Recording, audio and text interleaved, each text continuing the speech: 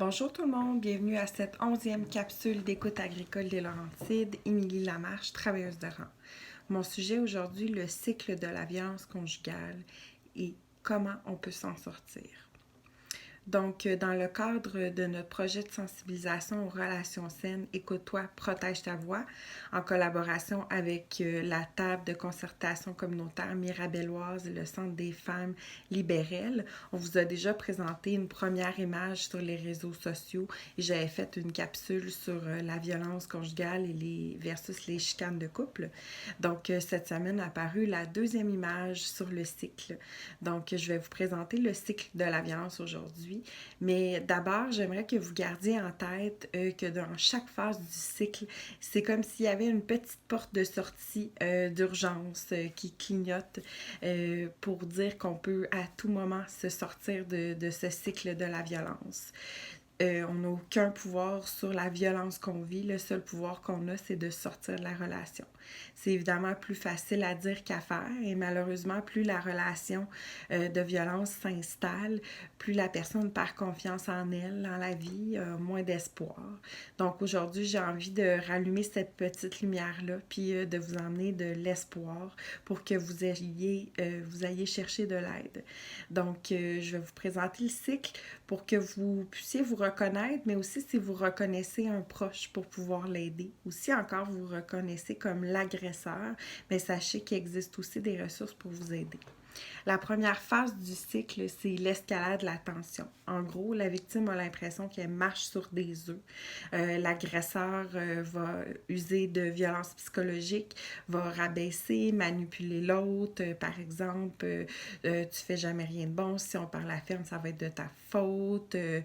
Fais pas ça comme ça, va se mettre à crier, etc. Bref, l'autre, la victime, en fait, va faire attention à tout ce qu'elle fait parce qu'elle a peur que ça explose à tout moment. Donc, la deuxième phase, c'est bien sûr l'explosion. L'explosion, ça peut être évidemment un geste de violence physique, mais ça peut être toute autre forme de violence. Donc, par exemple, fermer l'accès à un compte bancaire, empêcher la personne de sortir de la ferme, vérifier tous ses contacts, l'empêcher d'avoir des relations avec ses proches, l'obliger à avoir des relations sexuelles. Bref, ça peut prendre plusieurs formes. Peu importe la forme, c'est inacceptable. Donc, si tu te reconnais là-dedans, que tu as déjà vécu ça avec ton partenaire ou ta partenaire actuelle, sache que c'est important d'écouter cette petite voix-là, puis de te protéger, puis d'aller chercher de l'aide.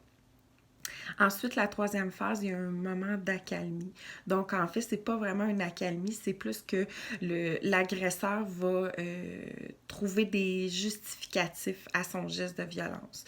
Donc, par exemple, on est sur la grosse saison, on manque d'employés, on a des problèmes financiers. Bref, il va excuser son comportement violent par des circonstances. Puis la victime, elle va avoir tendance à l'excuser, puis même à se culpabiliser en disant peut-être que je pourrais en faire plus pour l'aider, etc. Mais bref, il n'y a aucune circonstance ou raison valable pour faire un geste de violence. Donc, c'est important d'écouter cette petite voix-là, puis d'appeler SOS violence conjugale. Si vous reconnaissez comme agresseur, il existe l'organisme accro, appelez le 811, m'appeler. Bref, il faut sortir de ça.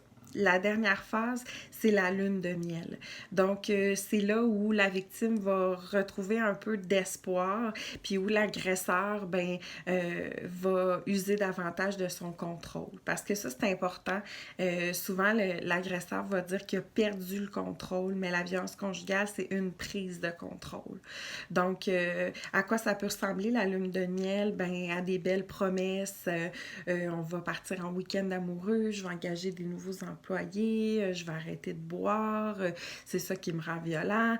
Bref, la victime qui pensait quitter la relation, elle va souvent laisser une chance, puis elle va rester. Mais malheureusement, il faut savoir que plus le cycle s'installe, plus la relation dure dans le temps, moins il va y avoir de moments d'accalmie puis de lune de miel, et plus la tension va augmenter, puis la violence va être importante. Donc, la victime, elle aimerait ça croire que c'est un geste isolé, une perte de contrôle. Mais comme je vous l'ai dit, la violence conjugale, oui, si on est un agresseur, on peut aller chercher de l'aide, mais il faut agir rapidement puis se sortir de cette relation-là ou mettre des choses en place. Donc, j'espère que ça vous a sonné une petite cloche. Si vous êtes reconnu, bien, que vous avez une petite lumière qui vous dit que vous devriez vous choisir, donc de vous écouter, de vous protéger. Je sais que dans un contexte agricole, c'est pas facile. Il y a beaucoup d'enjeux économiques qui font que le ou la conjointe va rester dans les relations de violence. Mais à quel prix? L'homicide conjugal, ça existe, ça arrive trop souvent. Donc, c'est important de choisir. Je vous invite à me téléphoner, à utiliser les ressources SOS Violence Conjugale, le 811, le 911 si vous vous sentez en danger. Bref, protège-toi, écoute ta voix. Je vous souhaite une belle journée.